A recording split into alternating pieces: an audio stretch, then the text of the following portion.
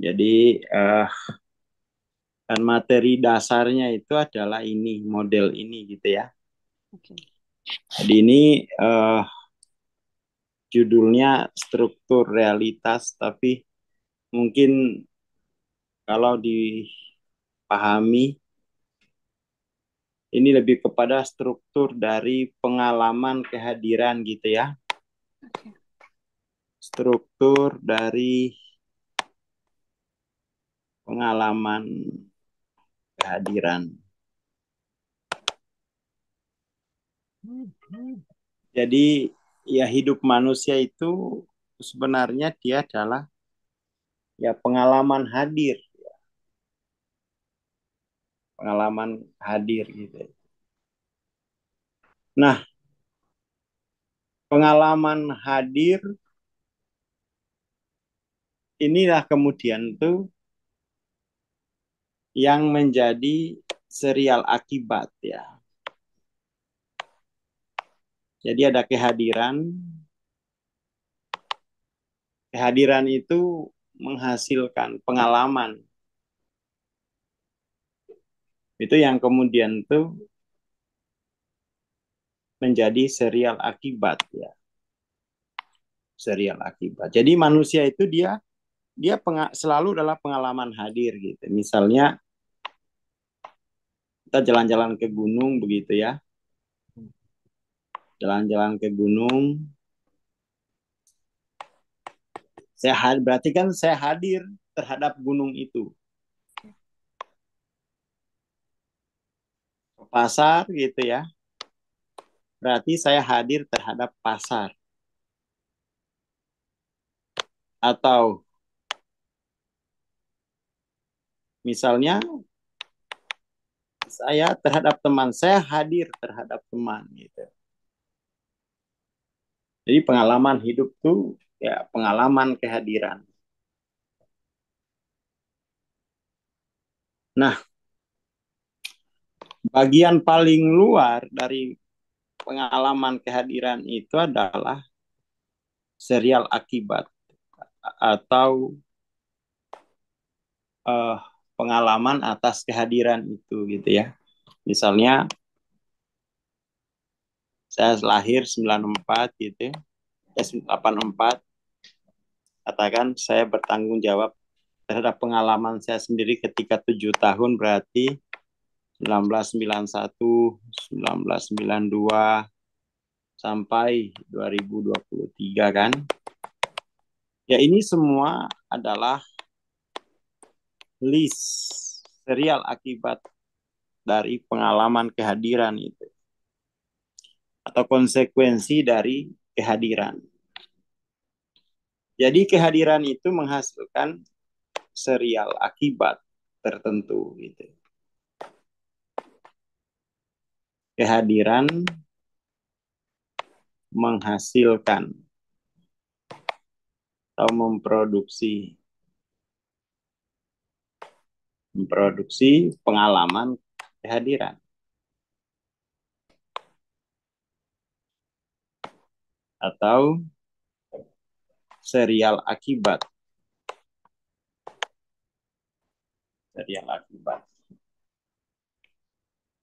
Nah, jadi secara model itu serial akibat itu digambarkan yang paling luar, wilayah paling luar. Wilayah material ya, wilayah materialnya. Jadi lapisan pengalaman kehadiran itu ada 3 lapis. Lapis materialnya, lapis medan, dan lapis konteksnya gitu. Lapis konteks. Nah, konteks inilah yang kemudian itu ternyata pada setiap kehadiran itu selalu ada makom di sana. Secara spiritual ya, pada setiap kehadiran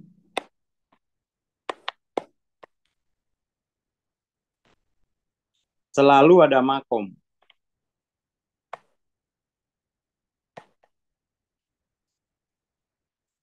Jadi konteks itu sama dengan makom. Konteks. Sama aja dengan makom. Nah, di sini kalau kita lihat itu ada dua makom. Makom ketubuhan. Makom ketubuhan. Dan makom ketuhanan.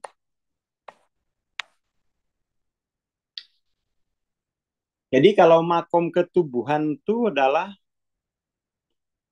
makom kehadiran.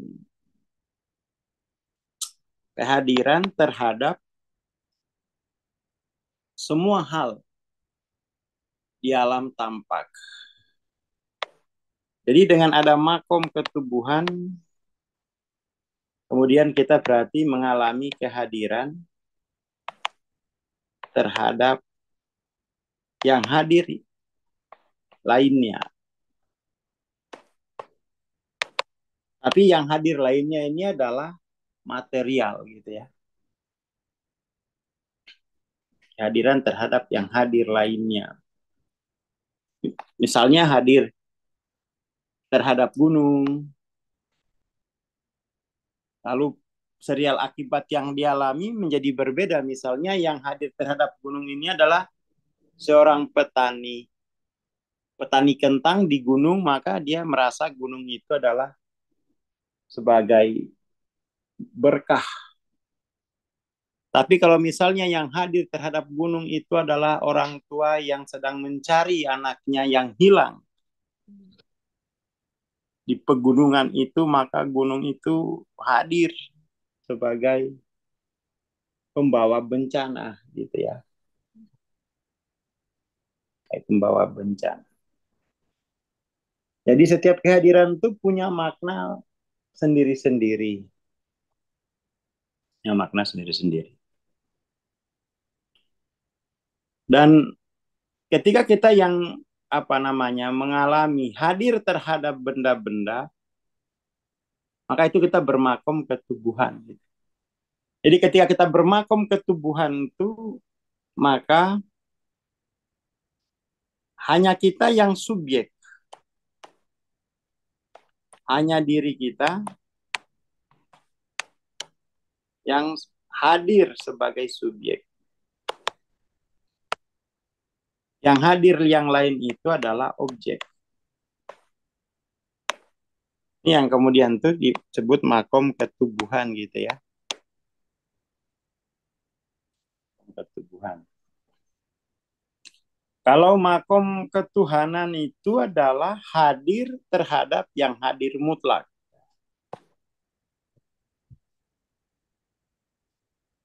Hadir terhadap yang hadir mutlak. Itu dia bermakom ketuhanan. Jadi ada dua makom. Dia hadir terhadap yang relatif, terhadap dunia benda-benda, dan hadir terhadap yang hadir mutlak gitu ya. Maka kemudian di sini ada dua kemungkinan makom itu. Makom ketubuhan dan makom ketuhanan gitu. Di sini kita lihat bahwa makom ini, konteks makom itulah yang akan menjadi medan pikiran. Ini medan pikiran atau medan perasaan. Lalu medan perasaan ini nanti dia sinkron dengan peristiwa-peristiwa tertentu di alam tampak begitu ya. Di alam tampak. Yaitu mengenai model ya. Mengenai model. Yang paling penting tuh gini. Paling basic ya. Bahwa kita harus mulainya itu dari memahami serial akibat. Serial akibat yang dijalani atau yang dialami sehari-hari. Apakah serial akibat ini itu terjadi melalui tatanan atau tanpa tatanan? Tanpa tatanan atau melalui tatanan. Kalau tanpa tatanan itu berarti serial akibat itu maknanya ya, maknanya adalah ya hukuman. Kemudian apalagi makna lainnya kesewenang-wenangan. Apalagi hukuman, kesewenang-wenangan, kekacauan gitu ya.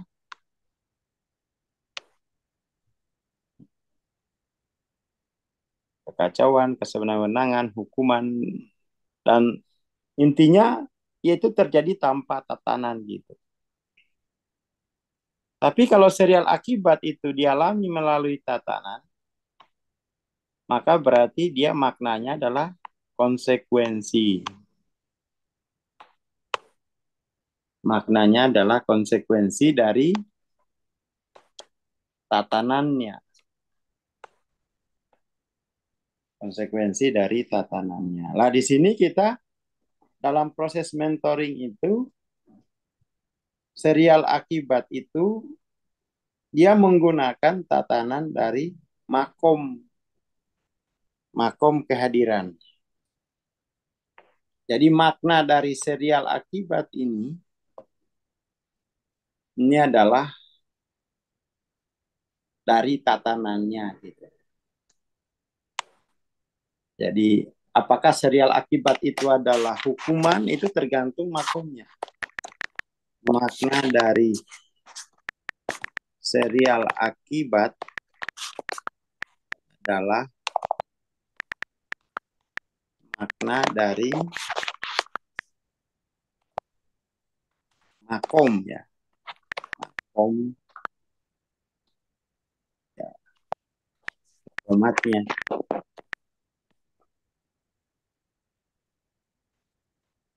Jadi tiap orang itu kemudian tuh berbeda-beda tergantung makomnya apa gitu ya, ya ketika hadir tadi.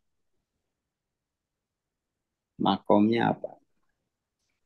Kalau secara sosial misalnya ya tadi itu, kalau yang hadir adalah makom petani gitu ya, maka dia punya makna berbeda dengan kalau yang hadir adalah makom seorang ibu yang orang tua yang mencari anaknya yang hilang gitu ya. Seperti itu. Jadi makom itu menentukan makna dari serial akibat yang dijalani. Itu seperti itu. Itu satu ya, satu. Yang kedua tuh mengenai apa? Mengenai proses mentoring. Proses mentoring itu dia fokusnya untuk melepaskan ya, melepaskan makom ketubuhan untuk memperagakan makom ketuhanan. Itu tujuan apa dari proses mentoring sebenarnya. Tujuan dari proses mentoring itu kemudian tuh fase-fasenya itu ada fase ya. Ada fase 1, ada fase 2 gitu ya. Ada fase ketiga, ada fase keempat gitu ya. Ada fase kelima. Fase ke-1 itu bahwa ternyata ada makom di sana. Jadi serial akibat itu bermakna dalam makom tertentu gitu. Jadi serial akibat itu dipahami ada makom ketubuhan, ada makom ketuhanan. Jadi sadar ada makom gitu. Itu fase satu. Baru sadar ada makom.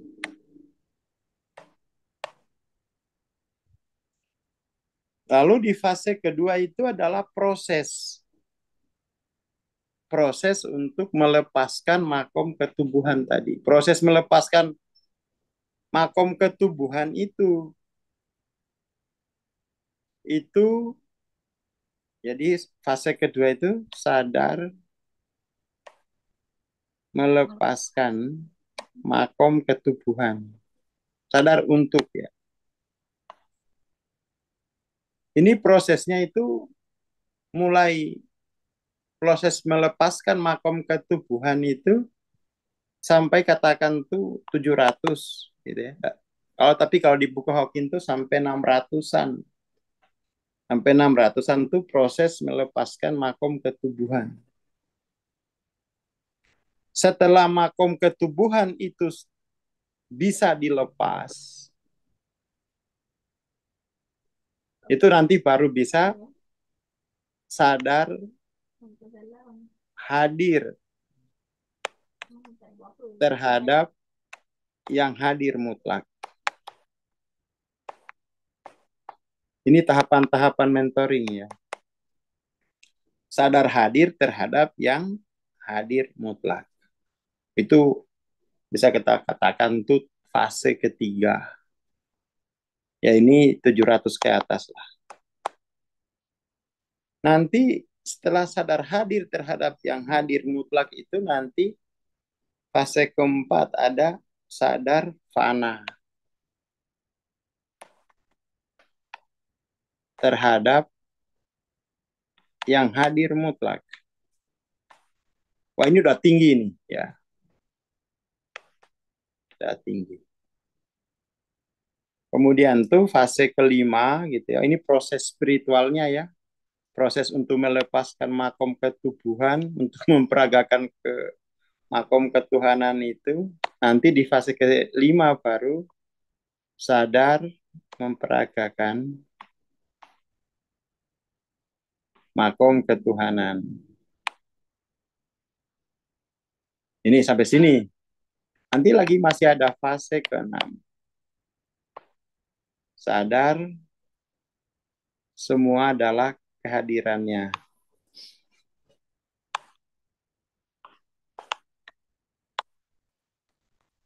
Ini udah dimensi 9 menuju dimensi 10. Jadi itu sebaiknya memang program kuliah tiap Selasa, tiap Kamis itu diikutin. Karena itu akan membantu mempercepat proses untuk melewati fase-fase ini gitu.